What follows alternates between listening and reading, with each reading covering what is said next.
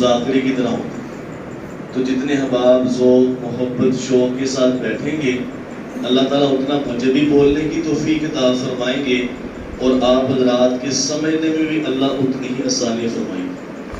میرے محترم دوستوں بھائیوں، اللہ تعالیٰ نے اپنے خزانوں میں سے جہاں ہمیں بہت سی نعمتوں سے نوازا ہے، لیکن ان ساری نعمتوں میں سے جو اللہ کے ہاں سب سے قیمتی نعمت جو ہے وہ جناب نبی کریم صلی اللہ علیہ وسلم کی ذات عالی ہے کہ اللہ نے بغیر کسی مشقت، بغیر کسی طلب کہ اللہ نے امام الانبیاء صلی اللہ علیہ وسلم کی نسبت ادا کر دی.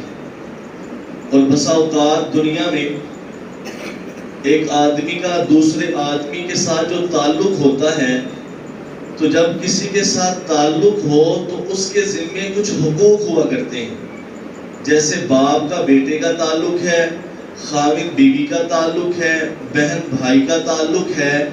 تو جب جس کا تعلق ہوگا تو ایک دوسرے کے ذمے کچھ حقوق بھی لازم ہوتے ہیں. اور یہ بھی اصول ہے کہ جس کا مقام بڑا ہو، جس کے احسان زیادہ ہو، تو اس کے حقوق، اس کے حق کو پہلے ادا کیا جاتا ہے.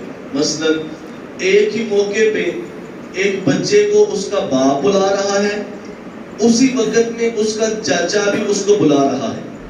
اب دونوں کا تعلق بیٹے کے ساتھ ہے، لیکن اب باپ کا چونکہ مقام زیادہ ہے، باپ کے احسان زیادہ ہے، تو بچے کے لیے ضروری ہے کہ پہلے باپ کی بات کو سنے، بعد میں چچا کی بات کو سنے. تو ایسے میرے دوستو، جیسے ہمارے آپس میں تعلقات ہیں، ایک دوسرے پہ احسانات ہیں، تو جب ہمارے تھوڑے تھوڑے احسانوں کی وجہ سے ہمارا ایک دوسرے پہ حقوق کو ادا کرنا ضروری ہے، تو جس پیارے نبی رحمت للعالمین صلی اللہ علیہ وسلم کے احسان تو بے شمار ہیں. اور یاد رکھیے، یہ حق تب ادا ہوتا ہے جب صاحب حق کی پہچان ہو، جب اولاد کو پتہ چل جائے کہ میرے باپ نے ہمارے لیے کیا کیا ہے، تو بیٹے کے لیے باپ کے حقوق کو ادا کرنا آسان ہو جاتا ہے. جب بیوی کو پتہ چل جائے کہ میرا خامد کیسے مجھے پالنے کے لیے، مجھے سنوارنے کے لیے کیسے محنت مزدوری کرتا ہے، تو بیوی کے لیے خامد کے حقوق کو ادا کرنے آسان ہو جاتے ہیں. جب شاگرد کو پتہ چل جائے کہ میرا استاد مجھے کس محنت مشقت کے ساتھ پڑھاتا ہے، تو شاگرد کے لیے استاد کے حقوق کو ادا کرنا آسان ہو جاتا ہے. ایسے ہی جب امتی کو پتہ چل جائے کہ میرے نبی نے میرے ساتھ کیسی وفائی کی، کیسے مجھ پہ احسان کیے، تو امتی کے لیے بھی حضور کے حق کو ادا کرنا آسان ہو جاتا ہے. لیکن آج المیہ یہ ہے کہ آج ہمیں جس ذات کے سب سے بڑے احسان، سب سے زیادہ احسان تھے، آج ہمیں اس ذات کا تعارف نہیں، اس ذات کے ساتھ جو تعلق ہونا چاہیے تھا اس تعلق کا استحضار نہیں ہے. پشاور کالج میں ایسی پروگرام ہوا تو ہمارے استاد جی بیان کرتے کرتے فرمانے لگے، یار تم میں سے سارے نوجوان طلباء بیٹھے ہیں، یار تم میں سے عمران خان کو کتنے ماننے والے بیٹھے ہیں؟ تو 50-60 نے کہا جی ہم بیٹھے. تو استاد جی نے کہا کہ یار ایک نوجوان آئے اور یہاں آ کے بتائے کہ خان صاحب نے اپنی حکومت میں کیوں کیا دیا ہے، تمہارے لیے کیا کیا. ایک نوجوان اٹھا، آگ کہتے ہیں انہوں نے اسلامی فوبے میں بات کی، انہوں نے ریاست مدینہ کی بات کی. اچھا بیٹھ جاؤ. پھر اچھا پوچھا تم میں سے میاں صاحب کو ماننے والے کتنے؟ تو پھر 30-40 نے کہا کہ ہم بیٹھے ہیں. تو کہا ایک نوجوان آئے اور آگے بتائے کہ میاں صاحب نے اپنی حکومت میں تمہارے لیے کیا کیا. کہا جی موٹر میں دی، اورنج ٹرین دی، بجلی مفت کر دی، فلاں فلاں فلاں. پھر اچھا تم بتاؤ تم میں سے زرداری والے کتنے ہیں؟ تو 10-15 نے کہا کہ ہم بیٹھے ہیں. کہا ایک نوجوان آئے اور یہاں بتائے کہ زرداری صاحب نے تمہارے لیے کیا کیا. کہا جب ان کی 8ویں حکومت آئی تھی تو اتنی مہنگائی نہیں تھی، بڑا امن سکون تھا. اچھا سب بیٹھ گئے. تو پھر پوچھا کیا تم سب محمدی بیٹھے ہو، حضور کو ماننے والے بیٹھے ہو؟ جی بیٹھے ہیں. پھر فرمایا کہ ایک نوجوان آئے اور آ کے بتائے کہ حضور نے ہمیں کیا دیا، حضور نے ہمارے لیے کیا کیا. میرے محترم دوستو، باوضو بیٹھا ہوں، ایک نوجوان بھی آ کے یہ نہیں بتا سکا کہ میرے نبی نے میرے لیے کیا کیا ہے. پھر پوچھا کہ کیا خان صاحب، میاں صاحب، زرداری صاحب تمہیں جانتے ہیں؟ جی نہیں جانتے. کیا تمہارے لیے کبھی پریشان ہوئے ہیں؟ جی نہیں ہوئے. کیا کبھی تمہارے لیے روئے ہیں؟ جی نہیں روئے. کیا قبر میں کام آئیں گے، محشر میں کام آئیں گے؟ جی نہیں کام آئیں گے. فرمایا جو ذات تمہارے لیے روتی رہی، جو ذات تمہارے لیے اللہ سے مانگتی رہی، جو ذات قبر میں، محشر میں، جنت میں کام آئے گی، اس ذات کو پڑھا ہی نہیں ہے، اس ذات کے احسانات کو گنا ہی نہیں ہے. تو میرے دوستو آج ہمارے حال میں تو یہ ہے کہ ہمارا بچہ شادی ہو تو وہ مولوی صاحب سے یہ تو پوچھتے ہیں، مولوی صاحب میری بیوی کے مجھ پہ کیا حقوق ہیں؟ والدین اپنی اولاد کے حقوق کے بارے میں پوچھتے ہیں. حتیٰ کہ اب تو جانوروں کے حقوق کی بھی بات ہوتی ہے، لیکن نہیں بات ہوتی، نہ آج تک ہم نے سنا حقوق مصطفیٰ بھی کوئی چیز ہے کہ نہیں ہے. تو میرے دوستو آج کا ہمارا پروگرام یہ ہے کہ ہمیں حضور کے احسانات کا پتہ چل جائے. حضور کے احسانات تو بے شمار ہیں، لا انتہا احسانات ہیں، لیکن ان احسانات اور حقوق میں سے سب سے پہلا حق کہ آپ صلی اللہ علیہ وسلم پہ ایمان لایا جائے، آپ سے محبت کی جائے، آپ کا ادب کیا جائے، آپ کی عظمت دل میں ہونا، آپ کی اطاعت و پیروی کرنا، آپ کے دین کی نصرت کرنا، آپ کا ذکر مبارک کرنا، آپ صلی اللہ علیہ وسلم پہ درود و سلام بھیجنا، آپ صلی اللہ علیہ وسلم کے دوستوں سے دوستی، دشمنوں سے دشمنی کرنا، آپ صلی اللہ علیہ وسلم کے صحابہ کرام اہل بیت سے محبت کرنا، اور 11واں حق آپ سے وفا کرنا، 12واں حق آپ صلی اللہ علیہ وسلم کا دفاع کرنا. یہ ٹوٹل تو 12 حقوق ہیں، لیکن وقت کم ہوتا ہے تو ہم آج 5 حقوق پہ بات کریں گے. سب سے پہلا حق آپ صلی اللہ علیہ وسلم پہ ایمان لانا. ہم ایمان لائے نہیں ہیں، ہمیں ایمان مل گیا ہے. مسلمان ماں باپ تھے، اللہ کا فضل ہوا تو آج ہمیں ایمان مل چکا ہے. جو ایمان لے کے آتے ہیں وہ تکلیفیں، مصیبتیں برداشت کر لیتے ہیں، لیکن پھر حضور سے بے وفائی نہیں کرتے. اور اللہ تعالیٰ نے خود ارشاد فرمایا کہ دنیا آخرت کی کامیابی وہ حضور صلی اللہ علیہ وسلم پہ ایمان لانے پہ، دنیا آخرت کی کامیابی وہ حضور پہ ایمان لانے پہ ہے. اور اللہ خود فرما رہے ہیں فآمنوا باللہ ورسولہ، بس اللہ پر ایمان لاؤ اور اس کے رسول پہ ایمان لاؤ. اب ایمان لانے سے مراد کیا ہے؟ ایمان لانے سے مراد یہ ہے کہ جو احکامات، جو شریعت، جو باتیں اللہ کے محبوب اللہ کی طرف سے لے کے آئے ان کو دل سے بھی سچا ماننا اور زبان سے بھی سچا کہنا.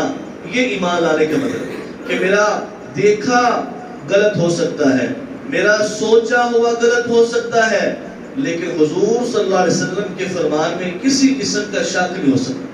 یہ ایمان کی کیفیت ہے. اور ایمان بالرسالت کیا ہے؟ کہ آپ صلی اللہ علیہ وسلم کو اللہ کے بندے اور رسول ہیں. نمبر 2، آپ تمام نبیوں کے امام اور سردار ہیں. اور نمبر 3 کہ آپ صلی اللہ علیہ وسلم تمام جہانوں کے لیے نبی بنا کر بھیجے گی. آپ علیہ السلام کی نبوت اور حضور سے پہلے نبیوں کی نبوت میں بڑا فرق یہ کہ پہلے نبیوں کی نبوت محدود علاقے کے لیے، محدود لوگوں کے لیے، محدود زمانے کے لیے نہیں، لیکن میرے اور آپ کے نبی کسی ایک علاقے ملک کے لیے نہیں بلکہ قیامت تک آنے والے سارے انسانوں کے لیے. اور چوتھا، حضور صلی اللہ علیہ وسلم کو اللہ کا آخری نبی و رسول ماننا. اور ایمان کیسا ہو؟ یاد رکھیے، مسلمان وہ چاہے 2 سال 200 سال بعد آنے والا ہو، 1200 سال پہلے گزرنے والا ہو، ہر مسلمان کے لیے مشرع راہ وہ صحابہ اکرام کی ذات ہے. صحابہ اکرام نے جیسا ایمان لایا ویسا ایمان ہوگا تو قبول ہوگا. کیسا ایمان؟ کہ وہ ابوبکر صدیق جن کو میرے اور آپ کے نبی نے فرمایا خیر الناس، کہ میری امت میں سب سے بہترین انسان ابوبکر صدیق ہے. اور بالاتفاق، بالاجماع، حضرات انبیاء کے بعد انسانوں میں سب سے افضل مقام جناب صدیق اکبر کا. مسلمانوں، پہلے مسلمان اور سب سے بڑے مسلمان. کیسا ایمان کہ جب حضور معراج میں گئے تو حضرت عائشہ فرماتی ہیں کچھ لوگ آ کے ابوبکر سے کہتے ہیں ابوبکر کیا تیرا دماغ اس بات کو ماننے پہ راضی ہے کہ ایک بندہ کہے کہ میں رات کے کچھ عرصے میں مکے سے شام گیا بیت المقدس، بیت المقدس سے میں 7 زمین 7 آسمان جنت دوزخ اللہ سے ملاقات کر کے رات کے کچھ عرصے میں واپس آ جاؤں، کیا تمہارا دماغ مانتا اس بات کو؟ تو ابوبکر صدیق نے کہا کہ یہ کہنے والے کون ہیں؟ تو اس نے کہا کہ یہ تیرے دوست تیرے یار محمد رسول اللہ کہہ رہے ہیں. فرمایا کہ میں اس بات پہ ایمان رکھتا ہوں. یہ تو بہت بڑی بات ہے کہ حضور کچھ رات کے کچھ حصے میں یوں سفر کر کے آ گئے. میں تو اس سے بڑھ کر بھی ایمان رکھتا ہوں کہ صبح و شام زمین آسمان کی خبریں اللہ حضور کو پہنچاتا ہے. ایسا ایمان کہ میرے دماغ میں آئے نہ آئے, میری عقل میں آئے نہ آئے, لیکن جب حضور کا فرمان سن لیا تو اس میں شک نہ ہو. اور دوسرا, حضرت عمر فاروق رضی اللہ عنہ کا ایمان کیسا تھا؟ وہ جو یہودی تھا اور منافق تھا, دونوں کا جھگڑا ہوا, دونوں کیس لے کے حضور کے پاس. حضور نے یہودی کے حق میں فیصلہ کر دیا. اب یہ منافق کہتا ہے یار ابو بکر کے پاس چلتے ہیں, اس سے فیصلہ کرواتے ہیں. تو جب اس کیس لے کے ابو بکر صدیق کے پاس آئے تو ابو بکر صدیق نے کہا جس کیس کا فیصلہ حضور نے کر دیا میں ابو بکر اس کیس کو سنتا بھی نہیں. یہ آگے عمر کے پاس. تو منافق نے کہا کہ اب عمر کے پاس چلے. اب یہ کیس عمر کے پاس آیا تو یہودی نے کہا عمر فیصلہ کرنے سے پہلے یہ سن لو, تیرے نبی نے اور تیرے نبی کے دوست ابو بکر نے فیصلہ میرے حق میں کر دیا ہے, لیکن یہ منافق نہیں مان رہا. تو حضرت عمر نے کہا اچھا تم ٹھہرو میں آتا ہوں. حضرت عمر اندر کی تلوار لائی اور لا کے منافق کے سر کو جسم سے جدا کر کے فرما دیا کہ جس کو حضور کا فیصلہ منظور نہیں اس کا فیصلہ عمر کی تلوار کرے. ایسا ایمان ہو. اور میرے محترم دوستو, نبی علیہ السلام کا دوسرا حق آپ صلی اللہ علیہ وسلم سے محبت کرنا. کتنی محبت؟ اللہ خود ارشاد فرما رہے ہیں النبی اولا بالمؤمنین من انفسہم, کہ مومنوں تمہاری جانوں پہ تمہارا اتنا حق نہیں جتنا تمہارے نبی کا حق ہے. کہ میری اولاد میری نہیں, میرا مال میرا وقت میرا نہیں, میری جان میری نہیں, یہ سب کچھ میرے نبی صلی اللہ علیہ وسلم کا ہے. یہ اللہ فرما رہے ہیں النبی اولا بالمؤمنین من انفسہم. اب ایک بندہ خودکشی کرتا ہے, خودکشی کرنا حرام ہے, لیکن اگر حضور صلی اللہ علیہ وسلم فرما دے کہ اس آگ میں کود پڑو, اس سمندر میں چھلانگ مار دو, لیکن اب حضور کے حکم کو ماننا فرض ہو جاتا ہے. بندہ خود چھلانگ مارے خودکشی ہے, خود وہ پانی کے اندر کود پڑے خودکشی ہے, لیکن اگر حضور کا حکم آ جائے تو یہ خودکشی نہیں, اس پہ عمل کرنا فرض ہے. اور کیسی محبت, کتنی محبت. اللہ کے محبوب نے ارشاد فرمایا کہ اس وقت تک بندہ مومن بن ہی نہیں سکتا جب تک اپنے والدین سے زیادہ, اپنے بیوی بچوں سے زیادہ, حتیٰ کہ سارے انسانوں سے زیادہ مجھ محمد سے محبت نہ کرے. کیا مطلب؟ ایک طرف ماں باپ ہے, بیوی بچے ہیں, یار دوست برادری, پوری دنیا ایک طرف ہے, دوسری طرف حضور کی ذات ہے. فرمایا اگر ان کو ناراض کرتے کرتے مجھے راضی کرنا پڑے تو ان کو ناراض کر لینا, اور اگر خدا نہ خواستہ مجھے ناراض کرتے کرتے ان کو راضی کر لو گے پھر مومن نہیں. تو میرے دوستو, جو بچپن میں پہلی ہمارے کان میں آواز پڑی تھی اشہد ان محمد رسول اللہ, کیا آج میرے دل میں وہ جو محبت اذان کے ذریعے دل میں آئی تھی, کیا حضور کی محبت دن بدن اضافہ ہو رہا کہ نہیں ہو رہا؟ یا وہ محبت وہیں پہ کھڑی ہے؟ کیا کوئی ماں کہہ سکتی ہے آج کہ مجھے اپنی اولاد سے محبت کم ہے, حضور سے محبت زیادہ؟ کیا کوئی بیوی کہتی ہے کہ مجھے خامی سے محبت کم, حضور سے محبت زیادہ ہے؟ وہ پاک نبی کی محبت کا ایسا معیار. اور حضور نے کیا ارشاد فرمایا کہ وہ بندہ جو اللہ اور اس کے ایمان کا مٹھاس, جیسے ہر چیز کا ذائقہ ہوتا ہے, اگر کوئی مسلمان چاہتا ہے کہ مجھے میرے ایمان کا ذائقہ محسوس ہو, فرمایا کہ وہ 3 کام کرے. ایک, اللہ اور اس کے رسول کے نزدیک ہر چیز محبوب ہو. نمبر 2, جس کسی سے محبت کرے تو صرف اللہ کے لیے محبت کرے, اور کفر میں جانا اس کو ایسا ہی برا سمجھے جیسے آگ میں ڈالے جانا.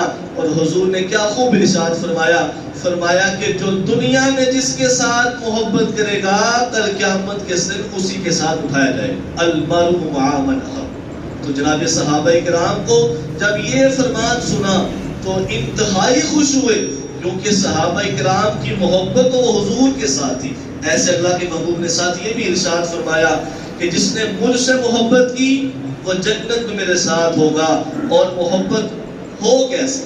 یاد رکھیے, میں نے عرض کیا کہ کہ ہر عمل میں صحابہ اکرام مشرے راہ ہیں. کیسی محبت.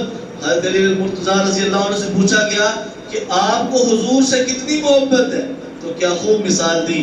فرمایا کہ مجھے حضور سے محبت اپنے بیوی بچوں سے زیادہ، اپنے دوستوں سے زیادہ، حتیٰ کہ مجھے تو حضور سے ایسی محبت ہے جیسے ایک بندہ کئی دنوں کا پیاسا ہو، خوب پیاس لگی ہو، اور جب اس کو ٹھنڈا اور میٹھا پانی مل جانے کی وجہ سے اس پانی سے محبت ہوتی ہے، مجھ علی کو اس سے بھی زیادہ حضور سے محبت ہے. اب ہمیں محسوس ہوتا ہے جب ہم روزہ رکھتے ہیں 17-18 گھنٹے کا، اب افطاری پہ بڑی چیزیں پڑی ہوتی ہیں، لیکن ہم سب سے پہلے پانی کو اٹھاتے ہیں. تو علی فرماتے ہیں کہ مجھے پیاس، شدت کی پیاس میں پانی کے مل جانے سے بھی زیادہ حضور سے محبت. اور صحابہ نے تو جو محبت کی صحابیات، ان کی عورتوں نے بھی حضور سے محبت کرنے کا حق ادا کر دیا. یہ حضرت ام عامر رضی اللہ عنہا ایک غزوے کے موقع پہ یہ حضور صلی اللہ علیہ وسلم کی خبر لینے کے لیے جا رہی ہیں. تو ایک بندے سے پوچھا حضور کا کیا حال ہے؟ اس نے کہا کہ تیرا بھائی شہید ہو گیا.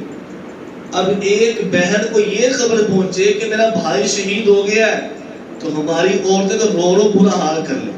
لیکن خبر سنی تو پوچھا اچھا یہ بتاؤ میرے نبی کا کیا حال ہے؟ دوسرے نے بھی کہا کہ تیرا باپ شہید ہو گیا. پھر فرمایا مجھے یہ بتاؤ میرے نبی کا کیا حال ہے؟ کہا کہ تیرا ایک بیٹا بھی شہید ہو گیا، تیرا بھائی بھی شہید ہو گیا. ہر دفعہ پوچھتی ہے، کبھی باپ کی شہادت کی خبر ہے، کبھی بھائی کی، کبھی خامد کی شہادت کی خبر ہے. لیکن حضرت ام عامر ایسی آس کے رسول کہ کہہ رہی ہے کہ مجھے نبی کا کیا حال ہے. یہ جاتی ہیں، حضور تشریف فرما ہے، حضور کی زیارت کر کے حضرت ام عامر فرماتی ہیں یا رسول اللہ میں نے آپ کو دیکھ لیا، آپ کے دیکھنے کے بعد مجھے کسی مصیبت کی کوئی پریشانی نہیں.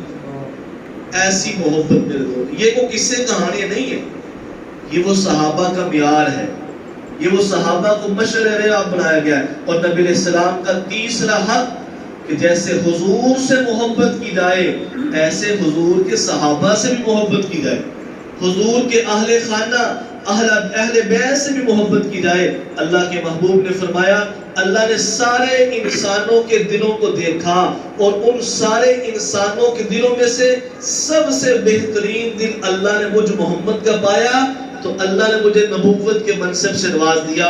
اس کے بعد اللہ نے پھر انسانوں کے دلوں کو دیکھا تو جو دل اللہ کو سب سے زیادہ پسند آئے وہ صحابہ اکرام کے دل تھے. تو اللہ نے میرے لیے میرے وزراء کے دلوں کا انتخاب کیا. کس نے انتخاب کیا جی؟ اللہ نے.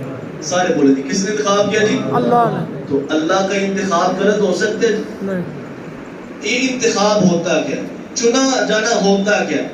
آپ کو آپ کے والد صاحب کے جاؤ جی ریڑھی سے سیب لے کے آؤ، تو آپ جاتے ہیں دیکھتے ہیں 300 ریڑھی پہ سیب پڑے ہیں.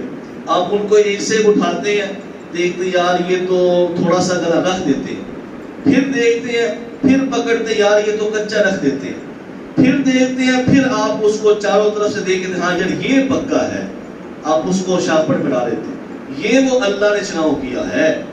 چناؤ کیا ہوتا ہے کہ بندہ اللہ نے ہر طرف سے دیکھ کے کیا کل کو کوئی مصیبت آ جائے تو یہ میرے نبی کو کہیں چھوڑ تو نہیں جائیں گے.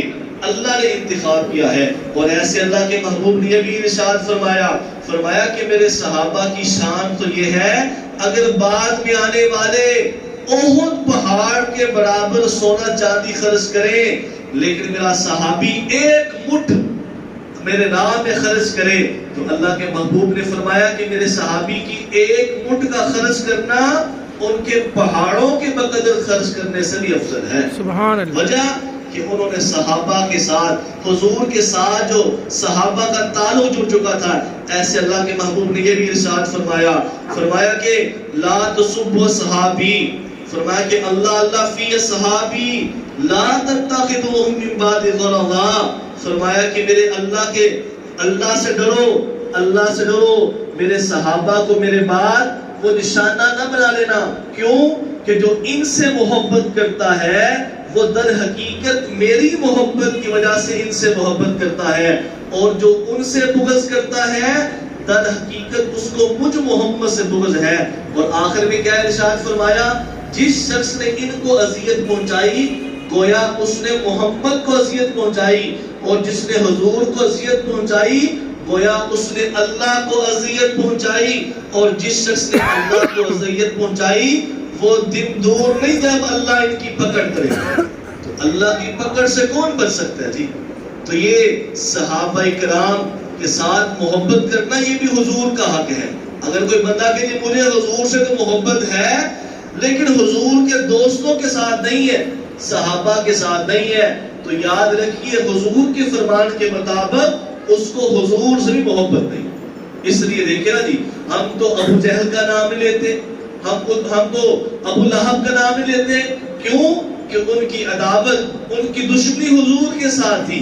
ہم ابو بکر، عمر، عثمان و علی، حسن و حسین، معاویہ کا نام لیتے. کیوں؟ ان کی حضور کے ساتھ محبت تھی. ایسے اللہ کے محبوب نے ساتھ یہ بھی ارشاد فرمایا کہ میرے لیے میرے صحابہ کو اللہ نے منتخب کیا، ان کو میرا وزیر مددگار بنایا، رشتہ دار بنایا. جو ان کو برا کہے اس پہ اللہ کی لعنت، فرشتوں کی لعنت، تمام لوگوں کی لعنت. اور وہ ایسا گستاخ صحابہ کہ اللہ اس کی قیامت کے دن نہ فرض کو قبول کریں گے نہ نفل کو قبول کریں گے. یہ میرے دوستوں ایمان ہے، یہ حضور کے حقوق ہیں. جیسے جیسے حضور سے محبت میں اضافہ ہوگا ویسے ویسے حضور کے صحابہ سے بھی محبت میں اضافہ ہوگا. اور جو صحابہ سے بغض کرے گا آہستہ آہستہ اس کے دل میں نعوذ باللہ حضور کے بغض بھی پیدا ہو جائے گا. تو یاد رکھیے جیسے ہم اہل سنہ والجماعت نہ تو رافضی ہیں نہ خارجی ہیں، نہ تو ہم صحابہ کی مقام میں اہل بیت کی شان کو نعوذ باللہ کم نہیں کرتے، نہ اہل بیت کی شان کو بڑھاتے بڑھاتے صحابہ کی میں کمی نہیں کرتے. کیوں؟ اہل سنہ والجماعت اعتدال کا مذہب ہے کہ اہل بیت بھی ہمارے ایمان ہیں، صحابہ کرام بھی ہمارا ایمان ہے. اور دیکھیے اللہ کے محبوب نے یہ بھی ارشاد فرمایا کہ تم اللہ سے محبت کرو کیونکہ تم اللہ کی نعمتوں کو کھاتے ہو، اور فرمایا کہ مجھ سے محبت کرو اس لیے کہ اللہ مجھ سے محبت کرتے ہیں، اور فرمایا کہ میری اہل بیت سے میری وجہ سے محبت کرو. اور یاد رکھیے بس اوقات یہ شبہ ہوتا جی کیا اہل بیت میں صرف حضرت علی، حضرت فاطمہ، حسن و حسین ہی ہیں؟ میرے دوستو صرف یہ نہیں، یہ ہیں، لیکن اس کے ساتھ ساتھ ازواج مطہرات، حضور کی بیویاں، حضور کی چاروں بیٹیاں بھی شامل. ہمارے اردو میں آپ کسی سے بھی پوچھیں یہ میری فلانی اہلی ہے تو اہل کا مطلب ہی گھر والی ہے، تو اہل بیت کا مطلب گھر والے. تو جب اہلیہ کا مطلب گھر والی ہے تو اہل بیت میں سب سے پہلے ازواج مطہرات ہیں، حضور کی بیویاں ہیں. ایسے میں محترم دوستو حضور علیہ السلام نے اپنے نواسوں کے بارے میں ارشاد فرمایا کہ حسن و حسین سے جو محبت رکھے اس نے مجھ سے محبت رکھی، جو ان سے بغض رکھے اس نے مجھ سے بغض رکھا. یہ حضرات حسنین کریمین یہ بھی ہمارے ایمان ہے، ہمارے سروں کے تاج. اور اللہ کا فضل ہے ہمارا ہر کچھ حضرت حسن و حسین والا. ہمارا کلمہ وہ جو حضرت حسن و حسین والا، ہماری اذان وہ جو حسن و حسین والی، ہماری نماز، روزہ، زکوٰۃ، حج سب کچھ وہی ہے جو حضرت حسن و حسین والا ہے. اور نبی علیہ السلام کا چوتھا حق کہ آپ صلی اللہ علیہ وسلم کے ساتھ وفا کی جائے. اگر ایک بچہ یہ کہتا ہے کہ میں سب سے زیادہ باپ سے محبت کرتا ہوں، باپ کی تابعداری کرتا ہوں، اگر باپ سے وفا نہیں کرتا تو میرے دوست اس کی مثال ویسے ہی ہے کہ جیسے ایک ماں کے دو بچے، ایک بڑا فرما بردار رات کو آتا ہے ماں کو دباتا ہے، شام کو آتا ہے ماں کے لیے پھل سوٹ لے کے آتا ہے. ایک دن کیا ہوا، یہ باہر جانے لگا، ماں نے کہا بیٹے گھر واپس آ جا. گھر واپس آ گیا، رات کو موبائل چلا رہا ہے، ماں نے کہا بیٹے موبائل چھوڑ دے، چھوڑ دیا، سو گیا. اس کا دوسرا بھائی نہ تو ماں کی خدمت کرتا ہے نہ ماں کو کوئی لا کے پھل تحفے دیتا ہے، باہر جانے لگا، ماں نے کہا بیٹا واپس آ جا. اچھا ماں بس آ رہا ہوں، چلا جاتا ہے، واپس آیا موبائل چلا رہا ہے، ماں نے کہا بیٹا موبائل چھوڑ دے، نہیں چھوڑتا.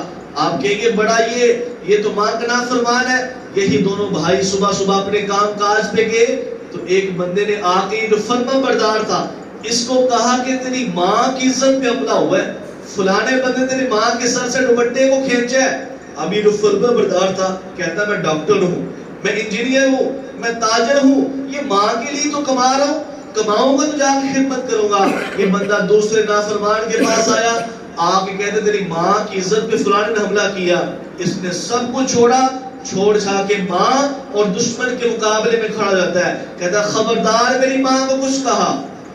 اب یہ وہ فرما بردار شام کو آیا، پہلے ایک سوٹ لے کے آتا ہے، 2 سوٹ لے کے آئے، پہلے 1 پھل کا کلو آج 2 کلو لے کے آیا، آ کے ماں کے سامنے پیش کرتا ہے، اماں میں تیری خدمت کر رہا ہوں۔ تو ماں کہتی بیٹے تجھے پتہ نہیں چلا تھا میری عزت پہ حملہ ہوا تھا؟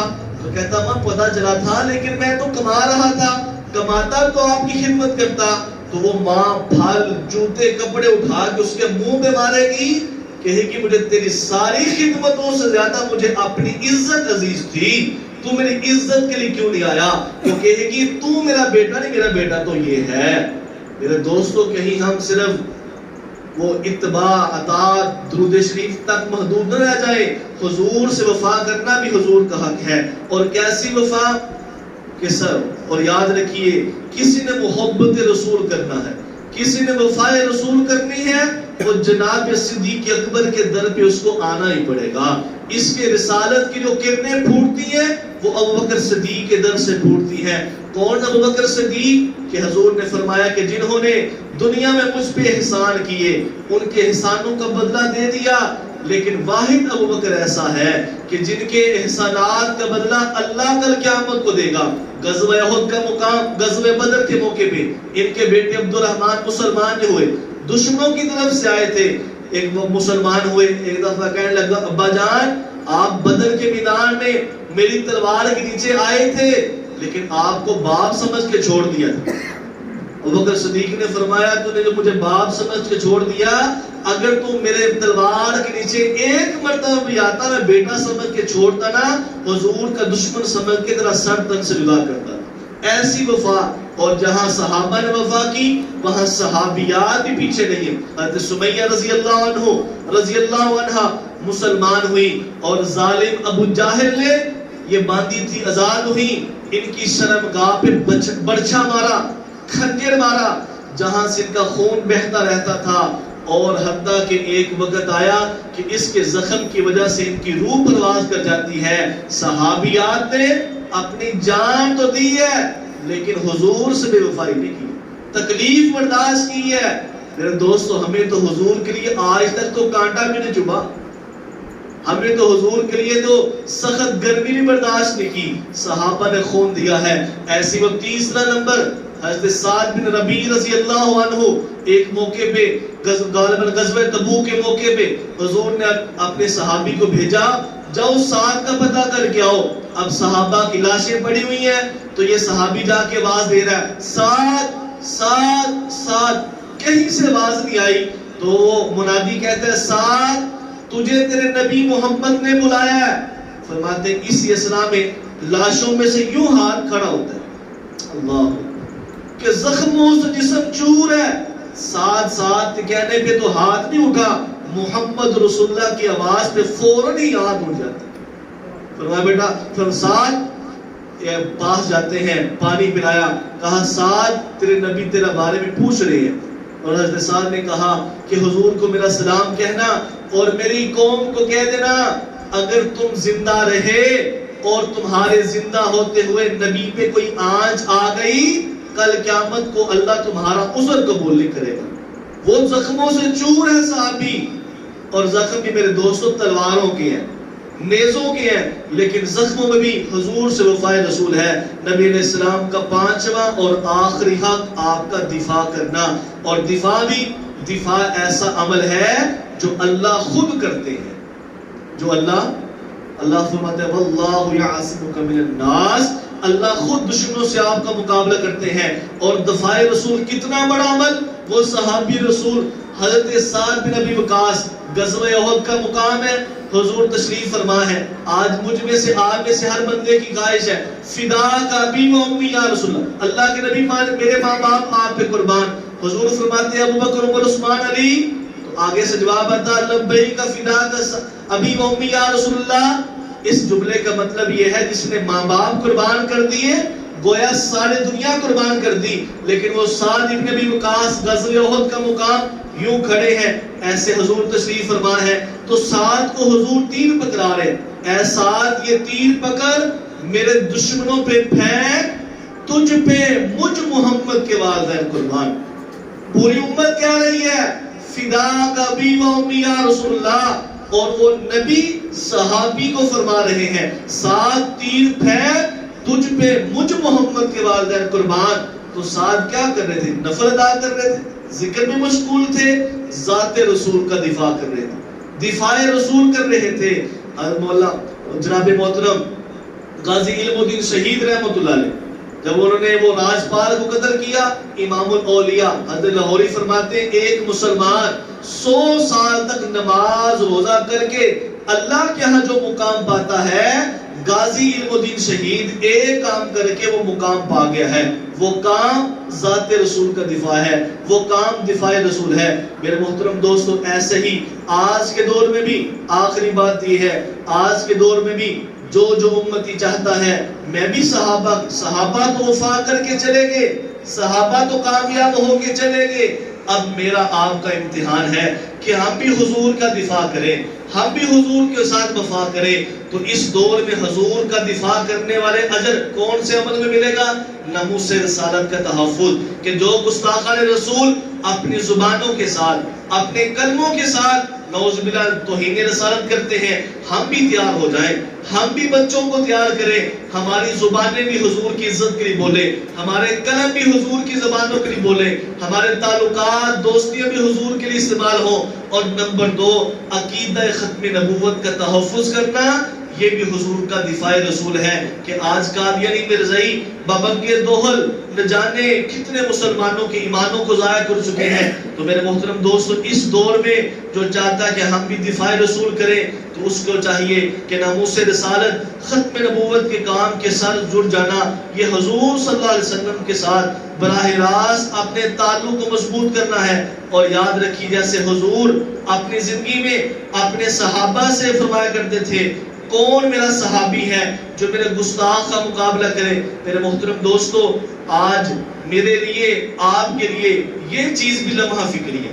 آپ بزرگ تشریف فرما ہے، آپ کی زندگیاں گزر گئی ہیں، نیک ماحول مل گیا تھا، اللہ والے مل گئے تھے، لیکن جو آگے ہماری نسل آنے والی ہے، ہمارے جو بچوں کے لیے، یہ میرے آپ کے لیے لمحہ فکری ہے کہ مجھے تو دنیا میں مولوی صاحب کہتا رہے، مجھے تو حاجی صاحب نمازی صاحب کہتا رہے بندہ، لیکن خدا نخواستہ اگر بچوں کی ایمان کی فکر نہ کی تو ہمارے جانے کے بعد کوئی ہمارا ہی بچہ نعوذ باللہ اسلام سے نہ پھر جائے۔ اس کی وجہ کہ ہم اس دور میں جی رہے ہیں، فتنوں کا دور ہے، اور اللہ کے محبوب نے یہ ارشاد فرمایا کہ جب قیامت قریب آئے گی تو اندھیری رات کی طرح فتنے آئیں گے۔ جیسے اندھیرا ہو تو بندے کو راستے کا پتہ نہیں چلتا کہ یہاں پہ کوئی راستہ خراب ہے، صحیح ہے، ایسے جب یہ حالات آ جائیں گے، فرمایا کہ ساتھ یہ بھی ہوگا کہ بندہ صبح مسلمان ہوگا، شام کو کافر، شام کو مسلمان اور صبح کافر ہوگا۔ یہ حضور کا فرمان ہے، یہ حق اور سچ ہے۔ اور ہمارے سامنے تو کئی ایسے واقعات ہیں کہ وہ 60 سال کا بابا گجرات کا قادیانی ہو جاتا ہے، ساری زندگی ایمان میں گزاری۔ یاد رکھیے جو ایمان والا معاملہ یہ بڑا حساس معاملہ ہے، اللہ سے ڈر کے، اللہ سے معافی مانگ کے اللہ ایمانوں کی تحفظ کر دے۔ یہ وہ بدبخت ہے مرزا قادیانی جس نے نبوت کا دعویٰ کیا، یہ اس کے مرنے کے بعد خلیفہ بنے، یہ سب سے 1950 کے بعد موجودہ صدر ہے۔ دیکھیے قادیانیوں کے عقائد آپ کو پتہ ہے، آپ یہاں کورس ہوتے رہتے ہیں، ان کے عقائد و نظریات تو ایسے نہیں کہ یہاں لوگ مسلمان یہ پڑھے، اس نے مرزا نے کہا جنہیں عورت بنا، اللہ مرد بنا، اللہ نے مردانہ طاقت کا اظہار کیا، خود کو دوسرا محمد کہتا ہے، حضور سے افضلیت کا دعویٰ کرتا ہے، وہ تیسری رائے درمیان سے کہتا ہے عیسیٰ علیہ السلام کی 3 دادیاں اور نانیاں زناکارہ اور کسبی عورتیں تھیں، نعوذ باللہ، قرآن شریف کی توہین گستاخی ہے۔ میرے محترم دوستو، وہ ایسے گندا مذہب کہ بندہ سن نہیں سکتا، سنا نہیں سکتا، لیکن دیکھیے وہ جھوٹے ہونے کے باوجود، لعنتی ہونے کے باوجود اس مرزا غلام قادیانی کے ساتھ کتنی وفا کر رہے ہیں۔ یہ دیکھیے یہ اپنے بچوں کی تربیت شروع کرتے ہیں 14 سال کی عمر سے، وہ پہلی قادیانیوں کی تنظیم اطفال الاحمدیہ، پھر آگے 40 سال تک خدام العامدیہ، پھر آگے جو بابی ہو جاتے ہیں وہ انصار اللہ میں، آگے ناصرات العامدیہ، عورتوں کی تنظیمیں ہیں. اور ماں دیکھیے بچے کی تربیت 5 سال کی عمر سے شروع کرتی ہے. کیا کہتی ہے ماں؟ میرے زین کہتی ہے ہم کون ہیں؟ بچہ کہتا ہے ہم احمدی ہیں. تو ماں کہتی ہے احمدی کیا کہتے ہیں؟ احمدی کہتے ہیں کہ مہدی آگے. اب میں کسی سے پوچھتا ہوں امام مہدی کون ہے؟ ہاں نہیں پتا بھائی جناب کو؟ کسی اسکول والے جو 2 سوال، امام مہدی کون ہے؟ ہمارے میٹرک کو بچوں کو نہیں پتا امام مہدی کون ہے، کب آئیں گے، اور وہ 5 سال کے بچے کو پڑھا رہے. آگے جا کے مانتی ہے کہ ہم نے ان کو مہدی مان، اسے کیا کہتے ہیں؟ اس کو مسیح موعود کہتے ہیں. یہ بچہ 7 سال کی عمر کو پہنچتے ہیں یہ کتاب پڑھاتے ہیں، آگے جا کے 14 سال تک یہ کتاب پڑھاتے ہیں. اور دیکھیے انہوں نے اپنے مزید کام کو مضبوط کرنے کے لیے یہ تنظیمیں بنائی. وہ پہلی تنظیم تحریک وقف نو، کہ ہر سال کچھ قادینی عورتیں اپنے پیٹ سے بچے وقف کرتی ہیں، جن کی ساری زندگی کا مقصد مسلمان کا حضور سے رشتہ کٹوا کے قادیانی کرنا ہے. اور شیخ زکریا صاحب جن کی فضائل مال پڑھتے ہیں فرماتے ایک مسلمان بھی قادیانی ہوا تو کس منہ سے حضور سے سفارش کروائیں گے؟ حضور نے پوچھ لیا کہ میرے امت کا ایمان لڑتا رہا تم نے فکر کیوں نہ کی؟ تو اس تحریک کے تحت اس سال 2022 میں، گزشتہ سال، یہ ان کی رپورٹ ہے، 78,000 ماؤں نے بچے وقف کیے ہوئے، اور اتنے لڑکے اتنی لڑکیاں، اور 3519 وہ بچے جو 2023 میں آئیں گے. اب وہاں پہ زندگیاں لگ رہی ہیں، تو ہمارے ہاں سال کے بعد جلسہ ہوتا ہے، تو بابا جی ایسے کام ہوگا جی؟ وہاں پہ زندگیاں لگ رہی ہیں، یہاں پہ گھنٹے نہیں لگ رہے. تو اللہ تو چور کی محنت بھی ضائع نہیں کرتے نا. میرے دوستوں اس فتنے نے زندگیاں لگا کے کھڑا کیا ہے، جس کو ختم کرنے کے لیے بھی زندگیاں لگانی پڑے گی. ایسے 2 نمبر میں تحریک جدید ہے، ہر مرضی اپنی ماہانہ کمائی میں سے 16% جماعت کو فنڈ دیتا ہے جو مسلمانوں پہ خرچ کرتے ہیں. ایسے ان کے مدرسے ہیں، یہ درمیان میں چناب نگر پاکستان میں ایسے ان کے کالج ہیں. اس وقت 615 پرائمری اسکول اور 80 سیکنڈری اسکول 11 ملکوں میں قادیانی چلا رہے ہیں. ایسے ان کے ہاسپٹل ہیں، وہ 5 بڑے ہاسپٹل ہیں پاکستان میں، اور اس وقت 37 ہاسپٹل 12 ملکوں میں چلا رہے ہیں. ایسے ہی مسلمان جو غریب ہیں غربت سے فائدہ اٹھا کے ان کے ایمانوں کو لوٹتے ہیں. اور صرف پاکستان تھر پار یہ سندھ کا ایک علاقہ ہے، وہاں 550 کنویں بنائے ہوئے جہاں سے وہ پانی پلاتے ہیں اور پانی پلا کے ایمانوں کو ضائع کرتے ہیں. میرے دوستوں وہ پانی پلا کے ایمانوں کو ضائع کر سکتے ہیں، تو کیا ہم پانی پلا کے ایمانوں کو نہیں بچا سکتے؟ اور دیکھیے یہ ان کا مذہب، اللہ اکبر کبیرہ، یہ 1978 میں کینیڈا میں جلسہ ہوا، اتنے لوگ ہیں، لیکن وہی کینیڈا اتنی عوام اکٹھی کر لی. ہم دوستوں سے پوچھتے ہیں یہ کیا دی؟ تو آپ یہ تبلیغی اجتماع ہو رہا ہے. یہ تبلیغی اجتماع نہیں، یہ افریقہ کے وہ حبشی ہیں جن کو عیسائیوں سے نکل کے قادیانیوں نے مرزائیت میں شامل کر لیا، اور اتنا بڑا امت کو حضور سے کاٹ دیا ہے. میرے دوستوں ایک امتی کی تکلیف کا احساس حضور کو ہوتا ہے، تو ایک امتی کا رشتہ حضور سے کٹ جائے تو حضور کو کتنی تکلیف ہوتی ہے. تو میرے محترم دوستوں ہمیں بھی چاہیے کہ ہم بھی بحیثیت امتی، یہ صرف کام مولویوں کی ذمہ داری نہیں ہے، وہ جو کر رہے ہیں بڑے خوش نصیب ہیں، لیکن آپ میں سے ہر بندے کی ذمہ داری ہے. یار میں کم از کم اپنے ایمان کی تو فکر کروں، اپنے محلے کی گھر والوں کی تو فکر کروں. یاد رکھیے ہمارے پاس ایسے اعمال نہیں ہیں کہ کل کو نماز روزہ دکھا کے میں اللہ مجھے جنت دے دے. میرے دوستوں اللہ کی قسم حضور کی سفارش کے بغیر کام نہیں چلنا، اور شفاعت رسول کو حاصل کرنے کا سب سے آسان ذریعہ وہ حضور کی ختم نبوت کا کام ہے. وہ ختم نبوت کے کام کے لیے آپ دعائیں بھی کر سکتے ہیں، یا اللہ جو کام کر رہے ہیں ان کی کامیابیاں، ان کے ساتھ وقت لگائے، تعلقات بنائے، مال لگائے. اور میرے محترم دوستو یاد رکھیے جہاں کفر کے لیے ماؤں نے بچے وقف کیے، ہمارے بھی کچھ ایسی مائیں ہیں جنہوں نے اپنے بچے حضور کے نام پہ وقف کیے. اور آپ کی جماعت شبان ختم نبوت کے 2022 میں اللہ کا شکر ہے 1595 لوگ مسلمان ہیں. اس میں ہندوؤں سے بھی مسلمان، عیسائیوں سے بھی قادیانی، اور ان میں سے آپ کا ہر ایک بندے کا پورا حصہ الحمدللہ. پھر آپ جانتے ہیں ہمارا یہ کام ہے نو مسلمین کے لیے تربیت کا بنا رہے ہیں، اس کے بالکل بھی نو مسلمین کے لیے 30 مکانات ہیں. ایسے ہی ہمارا ہند میں کام چل رہا ہے، وہاں ہندو مسلمان ہوتے ہیں، ان کی وہاں تربیت کفالت. اور صرف 2022 میں آپ حضرات کی دعاؤں تعاون کے ساتھ جو کام ہوا وہ مختصر عرض کر دوں، اطلابی وقت ہو رہا ہے افطاری کا بھی. یہ ہم نے 2022 کی رپورٹ ہے، اس کو بتانے کا مقصد یہ ہے کہ ہم ہر سال آپ سے چندہ مانگنے آتے ہیں، تو جب آپ ہمیں کچھ دیتے ہیں تو آپ ہم سے پوچھ بھی سکتے ہیں بھائی پچھلے سال آئے تھے کیا کیا، تو ہم آپ کے ہر پیسے کے ذمہ دار ہیں. یہ ہمارے لیے گلے کی ہڈی ہے کہ ہم بھی آپ کی توقعات، آپ کی امیدیں ہیں، آپ ہمیں نہ جانے کیا سمجھتے ہیں، تو ہمیں بھی چاہیے کہ ہم کام کریں. تو اللہ کے فضل سے، آپ کی دعاؤں سے وہ 2022 کی رپورٹ ہے، 1595 لوگ مسلمان، اتنے ہندوؤں سے، اتنے عیسائیوں سے، اتنے قادیانیوں سے. آگے جا کے جو ہم نے اسکول کالج میں اس سال کام کیا 2022 میں، وہ 500 سے زائد اسکول کالج میں کام کیا. پھر ایسے ہمارا ایسے کورسز مسجد مدارسوں میں ہوتے ہیں، وہ 8,500 الحمدللہ ہمارے کورسز ہوئے ہیں. ایک کورس، ایک بیان کا بھی 1 روپے کا بھی خرچہ نہیں ہے. افطاری بھی ہم گھر جا کے کریں گے انشاءاللہ تعالیٰ. اور ایسے ہمارا خط و کتابت کورس. خط و کتابت کورس کیا ہوتا ہے؟ وہ نوجوان بھائی بیٹھے ہیں کہ علامہ اقبال اوپن یونیورسٹی والے وہ اپنے اسائنمنٹ بھیجتے ہیں، ان کو فل کرنا ہوتا ہے، واپس جاتی ہے. ایسے ہمارا ختم نبوت کورس ہوتا ہے. وہ اسائنمنٹ آتی ہے، لٹریچر آتا ہے، عورتیں پڑھتی ہیں، گھر والے پڑھتے ہیں، ان کو فل کرتے ہیں، یہ کورس ہوتا ہے. تو کون کو نیت کرتا ہے ہم یہ کورس کریں گے انشاءاللہ.